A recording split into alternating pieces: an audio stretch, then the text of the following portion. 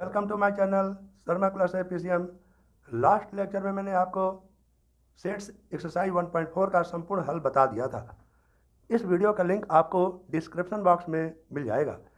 इस वीडियो में हम लोग सेट्स का एक्सरसाइज 1.5 का क्वेश्चन नंबर 1 से क्वेश्चन नंबर 3 का संपूर्ण हल सिंपल फॉर्म में यानी कि सरल रूप में देखेंगे। चलिए देखते हैं। पहले इंट्रोडक्शन देखना जरूरी है।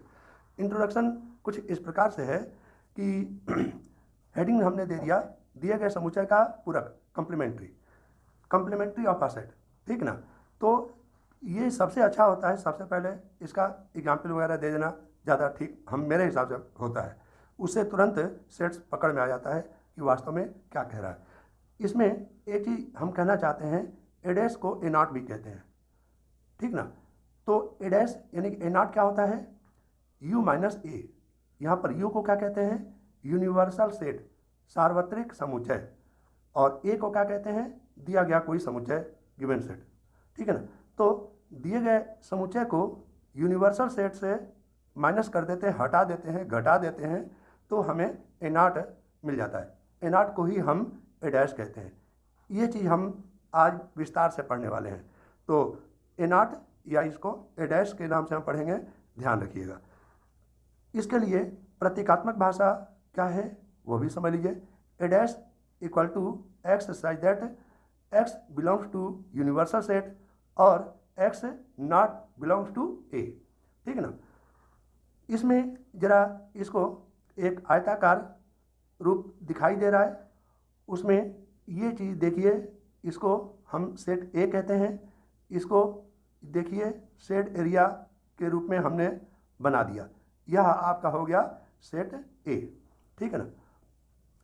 रेक्टेंगुलर शेप में हमने ए दे दिए हैं, आयताकार शेप में। हमें ए डैश चाहिए, ए तो हमें मिल गया, दिखाई दे रहा है, ठीक है ना। तो हमें क्या चाहिए, ए डैश चाहिए।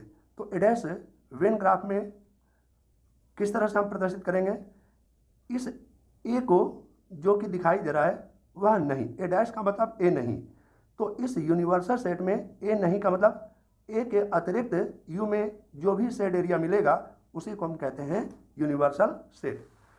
यानी कि कहने का मतलब क्या होता है, किसी इस जगह कोई भी सेट का नॉट हमें देखना हो तो यू से उसको हम घटा देते हैं, हटा देते हैं, सीधे सीधे हमें ए नॉट मिल जाता है। अब देखिए यहाँ लिखा हुआ है एक्सरसाइज 1.4 1.5 प्रारंभ, यानी कि हम अब शुरू करने जा रहे हैं क्वेश्चन नंबर 1। क्वेश्चन नंबर 1 कह रहा है, मान लीजिए universal set U equal to natural number 1 से 9 तक, ए दिया हुआ है 1 to 4 तक, 1 2 3 4, बी दिया हुआ है 2 से 8 तक इवन नंबर, सी की वैल्यू दी गई है 3 4 5 6, ठीक है। तो निम्नलिखित हमें ज्ञात करना है। ये चीज़ देखिए, first, second, third, fourth, fifth और ये वैल्यू हो गया 6, ये हमें वैल्यू ज्ञात करना है। तो सबसे पहले हमें ए डैश ज्ञात करना है, ए नॉट। तो ए डैश इक्वल टू क्या होगा, यूनिवर्सल सेट माइनस ए, ठीक है ना। तो इसको हम ए नॉट भी कहते हैं, लिखे भी हैं, ध्यान रखिएगा। तो हम करते कैसे हैं, सोल्यूशन सॉल्व कैसे करते हैं, इसके लिए सबसे पहले यूनिवर्सल सेट लिख देते हैं 1 से 9 तक, और माइनस है तो माइनस चिन्ह लगा दिया। और सेट ए का मतलब है, ये चीज़ देखिए कि ए की वैल्यू गिवन है 1 2 3 4, तो हमने लिख दिया ए की वैल्यू 1 से 4 तक, 1 2 3 4।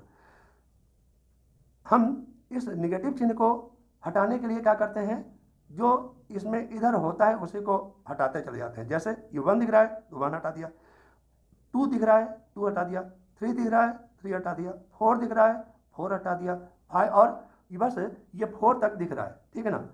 तो 4 तक दिख रहा है, 1 से और 4 तक देखिए, 1 से 4 तक दिख रहा है। उसी को हटाने पर हमें ए डैश मिल गया। ए को हटा दीजिए यूनिवर्सल सेट में से, तब हमें ए मिल गया। ए की वैल्यू क्या है, 5 6 7 8 9, यहाँ पर हमने लिख दिया 5 6 7 8 9, यही आपका आंसर है। इसको वेन डायग्राम के रूप में कैसे जानेंगे, जरा इसको समझ लीजिए।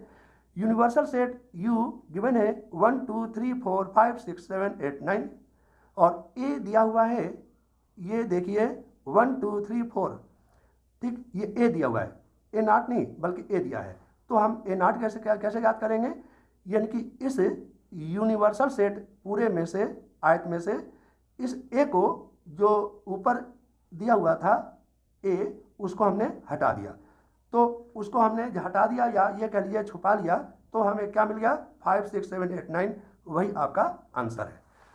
अब जरा देखिए इसका सेकंड पार्ट क्या कह रहा है, बी डैश इक्वल टू हमें ज्ञात करना है उसका वैल्यू क्या होगा, यूनिवर्सल सेट माइनस बी, सार्वत्रिक समुच्चय घटाओ बी।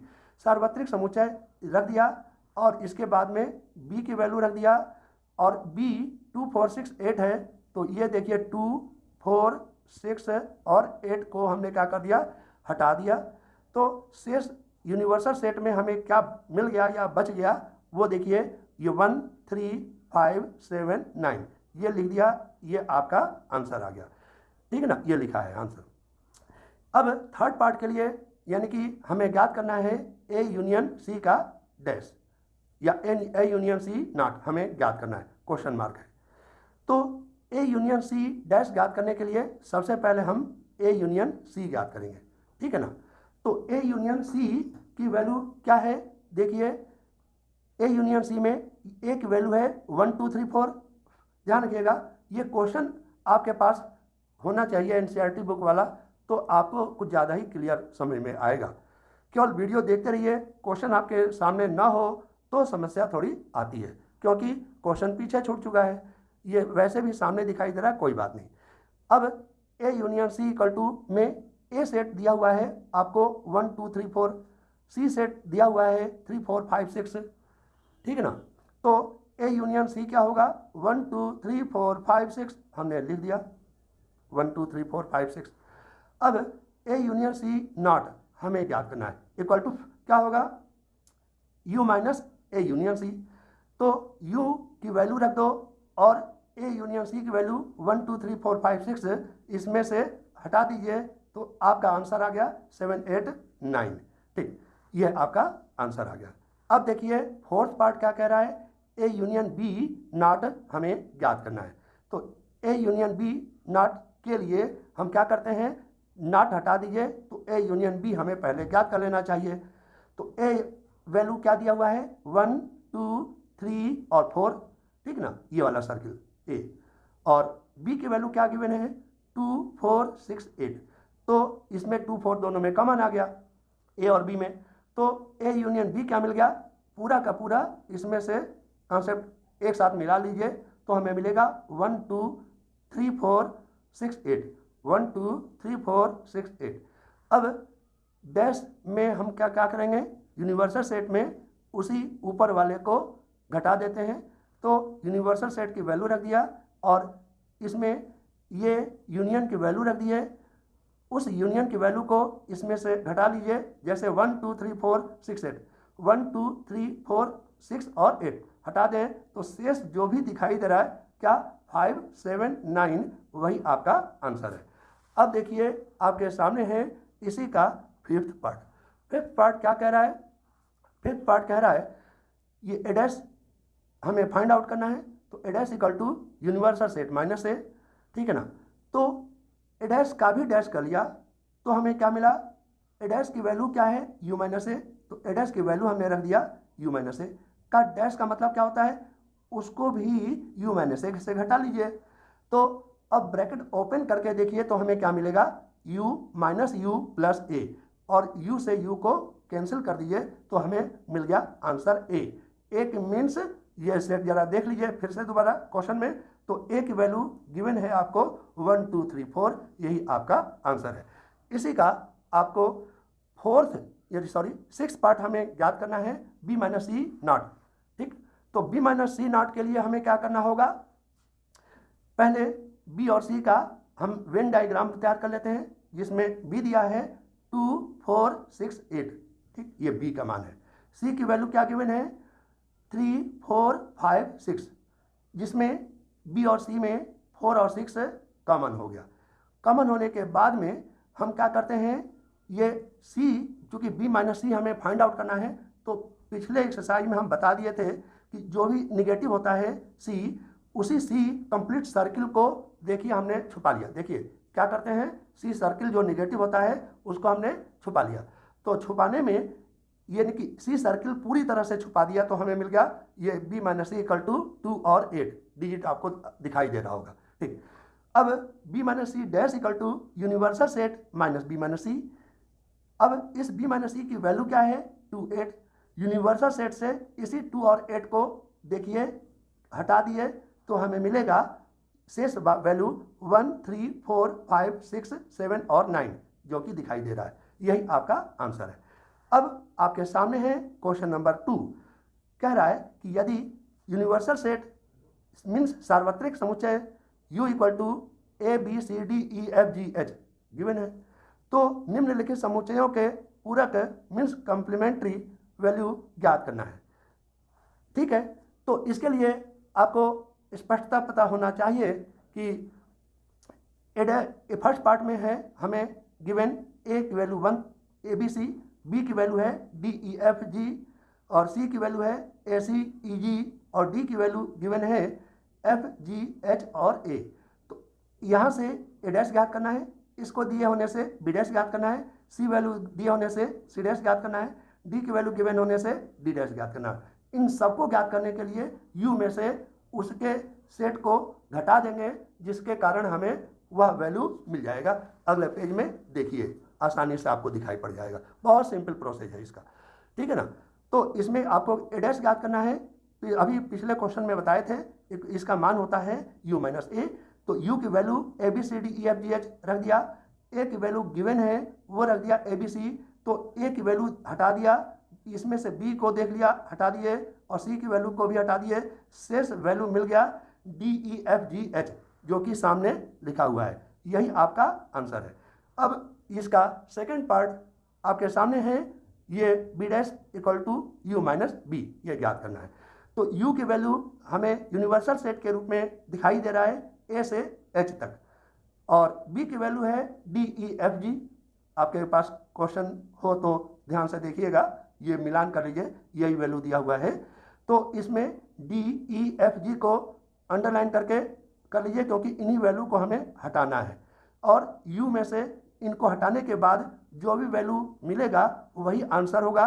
देख लीजिए आंसर मेरा क्या है, क्या शेष बच गया, ये d से d हटाने के बाद और e से e को हटा दीजिए, f से f को और g से g को हटा दिया तो मिलेगा हमें a b c और h, a b c और h, यही आपका आंसर है। c डैश इक्वल टू हमें ज्ञात करना है, इक्वल टू क्या होगा u माइनस सी, यूनिवर्सल सेट रख दिया वैल्यू और इसमें c की वैल्यू भी रख दिया, और ए सी ई जी को हम हटा देंगे, निगेटिव कर देंगे, तो हमें मिलेगा शेष वैल्यू बी डी एफ और एच, बी डी एफ और एच, यह आपका आंसर हो गया। डी डैश की वैल्यू हमें ज्ञात करना है जिसका मान क्या होगा, universal set minus D, U की वैल्यू रख दिया A B C D E F G H, और ये डी की वैल्यू रख दिया डी जी एच ए या F G H A sorry, तो एफ जी एच और ए इन सबको हमने अंडरलाइन के रूप में दिखा दिया है, हटा दिया तो शेष वैल्यू हमें क्या मिल गया, बी सी डी ई, यह आपका आंसर हो गया। अब देखिए क्वेश्चन नंबर 3 जो इस वीडियो का अंतिम क्वेश्चन है, क्या कह रहा है, नेचुरल नंबर यानी कि प्राकृत संख्याओं के समुच्चय को सार्वत्रिक समुच्चय u मानते हुए निम्नलिखित समुच्चय के कंप्लीमेंट लिखना है। कंप्लीमेंट्री फंक्शन यानी कंप्लीमेंट को हमें ज्ञात करना है। ए का कंप्लीमेंट क्या होता है, ए डैश होता है, उसी ए डैश वैल्यू को हमें फाइंड आउट करना है। चलिए देखते हैं, ये फर्स्ट पार्ट क्या है, एक्स सच दैट एक्स एक नेचुरल इवन नंबर है। ठीक, तो नेचुरल इवन नंबर है जरूर, ये किस फॉर्म में लिखा है, सेट बिल्डर फॉर्म में लिखा है। अगर हम चाहें तो इसके इवन नंबर को, नेचुरल नंबर के इवन नंबर को हम सेट ए के रूप में लिख दें तो मिलेगा 2 4 6 8 डॉटेड, ये अनंत तक चलता है। तो सिर्फ ठीक है, तो ये आपका कौन सा, ये हो गया आपका सेट बिल्डर फॉर्म, और इसका दूसरा रूप हो गया टेबुलर फॉर्म। टेबुलर फॉर्म दोनों में से ये किसी भी तरीके से आंसर हम ज्ञात कर सकते हैं, फाइंड आउट कर सकते हैं। एक थोड़ा विस्तार में देख लीजिए, आगे हम इसको काफ़ी शॉर्ट कर देंगे आंसर, है ना। तो ए डैश इक्वल टू क्या होगा, u माइनस ए। जरा इसमें u के विषय में आपको हम बताना चाहते हैं, जरा u देखिए, ये नेचुरल नंबर के रूप में है, 1 2 3 4 5 6 7 8 डॉटेड, ठीक। तो इसमें क्या है, ऑड नंबर है 1 3 5 7 9, इवन नंबर है इसमें 2 4 6 8 डॉटेड, यानी even plus odd equal to universal set. तो यूनिवर्सल सेट क्या है, इवन प्लस ऑड, और एक वैल्यू क्या गिवन है, इवन नंबर, तो हमने इसको इवन लिख दिए, ठीक है ना।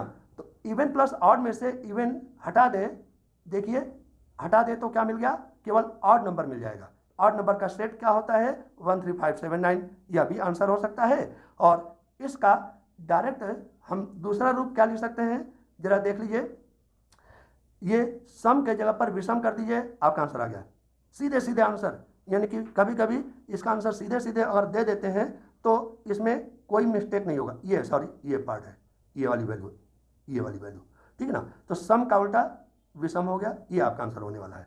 तो ए डैश इक्वल टू क्या मिला, एक्स साइज दैट एक्स प्राकृत विषम संख्या है, नेचुरल ऑड नंबर है ना। चलो ये पार्ट आपका मिल गया। विषम संख्या वैसे भी आप जानते हैं कि ये इवन नंबर का अपोजिट 246 का अपोजिट 135 होगा डॉटेड करके। अब हम थोड़ा सा डायरेक्ट स्टेप ले लेंगे।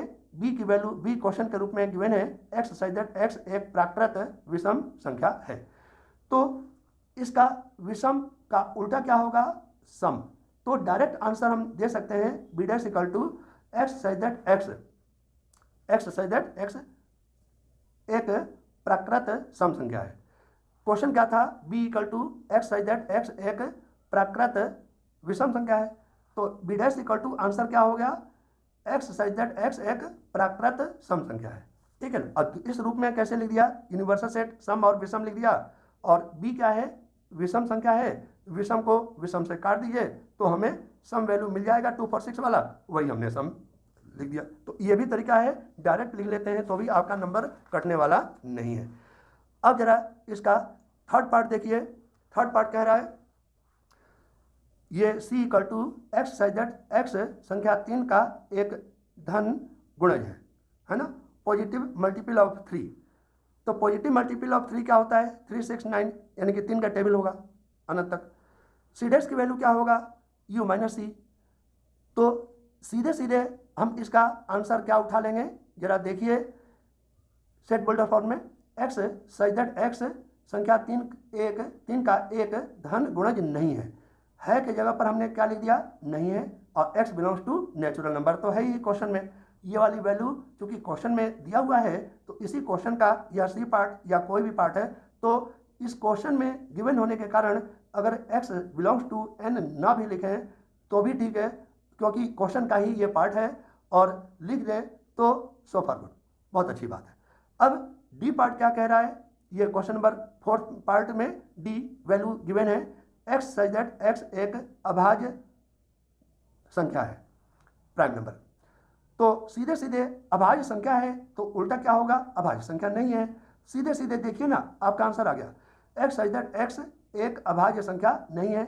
याद रखना है इसमें छोटी सी जानकारी कि इसमें x इक्वल टू 1 भी होगा, जो कि अभाज्य संख्या के अतिरिक्त एक वैल्यू एक्स्ट्रा ऐड कर दिया गया। अब इसका फिफ्थ पार्ट क्या कह रहा है, एक्स साइज दैट एक्स 3 और 5 से डिविजिबल होने वाली संख्या है, विभाजित होने वाली संख्या है। तो विभाजित होने वाली संख्या है का उल्टा हम क्या कह देंगे, विभाजित न होने वाली संख्या है। तो यही चीज हम लिख दिए हैं, यह विभाजित होने वाली संख्या है की जगह पर नहीं विभाजित होने वाली संख्या। तो इसका इडेस वैल्यू हमने क्या दे दिया, यानी कि नॉट ई वैल्यू हमें फाइंड आउट करना है। तो एक्स साइज दैट एक्स ऊपर से कंपेयर करके देखिए, एक्स साइज दैट एक्स न तो 3 से और न ही 5 से विभाजित होने वाली संख्या है, और x belongs to natural number. अब इसका नेक्स्ट पार्ट क्या कह रहा है, ये 6 पार्ट में f मान लेते हैं, f गिवन है, मान लीजिए, सपोज कीजिए, कर लीजिए, लेट कर लीजिए, f equal to X such that x एक पूर्ण वर्ग संख्या है, परफेक्ट स्क्वायर नंबर है, ठीक है ना। तो एक पूर्ण वर्ग संख्या है का उल्टा सेंटेंस अपोजिट स्टेप हम क्या ले सकते हैं, वर्ग संख्या नहीं है। तो बस यही तो आपका आंसर हो गया। देखिए हमने नहीं लिख दिया, ऊपर वाले सेंटेंस में नहीं जोड़ दिया, नेगेटिव सेंटेंस बना दिया। तो x साइज दैट x एक वर्ग संख्या नहीं है, और x belongs to natural number. Next part 7th part given है, x साइज दैट x एक पूर्ण घन संख्या है, घन मतलब किसी भी संख्या का, जैसे 2 का घन कितना हुआ 8, 3 का घन कितना हुआ 27, तो इस तरह से घन संख्या है, ठीक है ना। तो घन संख्या है का निगेटिव क्या होगा, घन संख्या नहीं है। तो सीधे सीधे आपका आंसर हो गया एक्स साइज दैट एक्स एक पूर्ण घन संख्या नहीं है और X belongs to natural number. सोचिए कितना सिंपल तरीका आपको हम बता रहे हैं। अब इसका एच पार्ट क्या कह रहा है, 8वां पार्ट के रूप में x such that x plus 5 equal to 8। तो ये इसका हमें एच डैश वैल्यू ज्ञात करना है। तो एच डैश वैल्यू देखिए, इक्वल टू का चिन्ह को हमने क्या कर दिया, जरा इससे कंपेयर कर लीजिए, डायरेक्ट आंसर जरा देखिए। तो एच का हरे पेन से हमने लिख दिया है कि डायरेक्ट क्या लिख सकते हैं, ये इक्वल टू के जगह पर नॉट इक्वल टू लगाते हुए सीधे सीधे आपका आंसर मिल सकता है। ज़्यादा लफड़े में ना पड़िए तो ठीक रहता है, ज़्यादा लफड़ा अच्छी बात नहीं होती है। ये टेढ़े मेढ़े तक ढंग से अगर आंसर तक पहुँचे, बाय द वे अगर जो कॉपी चेक करेगा नहीं समझ में आया तो काट भी देता है। तो सीधे सीधे उसको टीचर को समझ में आ जाता है कि हाँ बच्चे को समझ में आ रहा है, बच्चा जानता है, तो आपको नंबर जरूर मिलेगा। तो एच डैश की वैल्यू क्या मिला, x such that x plus 5 not equal to 8, x belongs to natural number. चलिए इसका स्टेप वाइज हम किस तरह से हल किए हैं जरा देखिए, एक्स प्लस 5 इक्वल टू 8, ठीक है ना।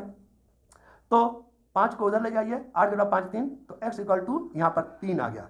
ये क्या कह रहा है, यही वाला H equal to x such that x equal to 3। तो x इक्वल टू 3 का उल्टा क्या होगा, x इक्वल टू -3। ये इसका यानी कि निगेटिव स्टेप ले लें तो आगे इसको दूसरा वर्जन अटेंड कर लें तो मिलेगा A dash equal to x such that x not equal to 3। तो यानी कि कहने का मतलब ये आपका ये भी आंसर सही है और आपका ये भी आंसर सही है। दो तरह से आंसर भी दिया जा सकता है, दोनों में से कोई मिस्टेक नहीं है। आई गिवन है x such that 2x plus 5 equal to 9। तो ऊपर इसी ऊपर वाले क्वेश्चन के जैसा इक्वल टू 9 के जगह पर हरे पेन से देखिए क्या लिखा हुआ है, ये डायरेक्ट आंसर हम दे रहे हैं। आई डैश इक्वल टू क्या मिला, एक्स सच दैट ये एक्स, ये क्या लिखा हुआ है, where 2x plus 5 not equal to 9 and x belongs to natural number. तो यह भी आपका ये एक आंसर हो गया। इसको थोड़ा विस्तार से समझने के लिए हमने क्या दे दिया, देखिए 2x प्लस 5 इक्वल टू 9, तो इसको 5 को उस पार ले जाओ तो 9 घटाओ 5 4 हो गया। तो 2x equal to 4, x equal to 2, तो इसको हमने सॉल्व करके लिख दिया x इक्वल टू 2। तो इसका सेकंड वर्जन क्या होगा, ये x not equal to 2 I dash, क्योंकि नॉट आई हमें याद करना है। तो not I equal to x I that x not equal to 2 and x belongs to natural number. तो कहने का मतलब क्या हुआ, ये आंसर हो सकता है या ये आंसर हो सकता है। पेपर में ये इस सॉल्यूशन को अगर सॉल्व करते हैं तो या तो आप इस तरह से केवल यहीं पर रोकिए, या तो इस क्वेश्चन को सीधे आंसर के रूप में दे दीजिए तो ठीक रहता है, बहुत अच्छी बात होगी। हम दोनों तरह से क्वेश्चन को समझाने की कोशिश कर रहे हैं, दोनों में से दोनों तरीका सही माना जाता है। ये टीचर दोनों तरीका जानता होगा, जानता ही है अक्सर। जे इक्वल टू गिवन है x I that x greater than equal to 7, 7 के बराबर भी है या 7 से ज़्यादा, तो इसका अपोजिट स्टेप क्या होगा, 7 से कम। तो x such that x less than 7, तो 7 इसमें क्या वैल्यू मिल रहा था, 7 8 9 10 11 12, तो 7 से कम वैल्यू क्या होगा, ये 6 5, ये 4 3 2 और 1, बस यहीं पर रुक जाएगा। तो ये जे की वैल्यू मिल गया। तो ये भी आपका आंसर सीधे सीधे मिल गया और ये चीज़ ध्यान रखना जरूरी हो जाता है। 9th पार्ट कह रहा है K equal to x such that x belongs to natural number, और क्या कह रहा है 2x प्लस 1 ग्रेटर देन 10, ठीक है। तो इसका हिंट अलग से जरा समझ लीजिए कि 2x प्लस 1 ग्रेटर देन 10 हो गया, तो 2x कितना होगा, इस 1 को उधर ले जाओ 9 हो गया। तो 2x equal to 9, x equal to 9/2 यानी कि 4 and 1/2 है ना। तो 4 and 1/2 x की वैल्यू है, x की यहाँ पर x की वैल्यू क्या है, इससे बड़ा, इससे बड़ा क्या है, 4 से 1/2 से बड़ा नेचुरल नंबर क्या हो सकता है, 5 6 7 8 9 ये सब हो सकता है।